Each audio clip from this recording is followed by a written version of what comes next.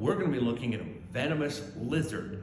There's a lot of venomous snakes in the world, but very few venomous lizards. And we're going to look at a venomous lizard from the United States.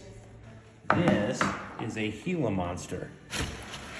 Gila Monsters are protected, and in Utah, you require a permit to have one.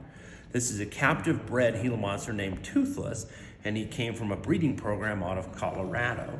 Now, Gila Monsters are powerful hunters, but they only will, in the wild, eat 2, 3, 4 times a year, a big meal. And they have this tail that stores the fat and the energy from their meals so they can go big, long amounts of time without having to eat. They're not very aggressive, even though they are venomous, and they're a lot of fun to work with and teach with. We love having Toothless here at the museum.